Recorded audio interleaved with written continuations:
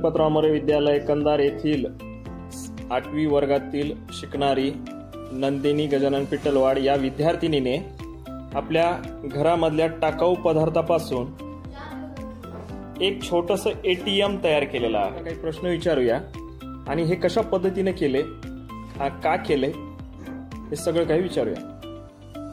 नंदिनी, तुला हे ATM का करावं वाटलं?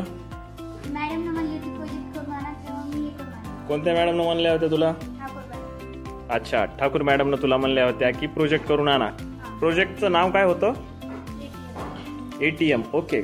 या ATM मशीन बनवण्यासाठी तुला काय काय साहित्य घ्यावं लागलं? कार्डबोर्ड, फेविकॉल आणि पेन्सिल. ओके.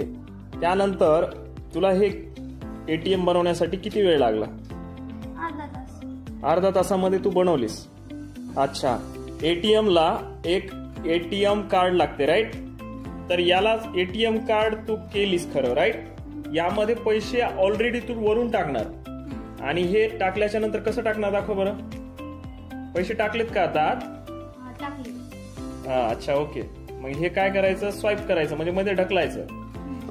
अच्छा, म्हणजे मुळामध्ये ATM, ओरिजिनल ATM मध्ये आपल्याला आकडा टाकावा लागतो, पण इथं ती संख्या टाकायची आवश्यकता नाही.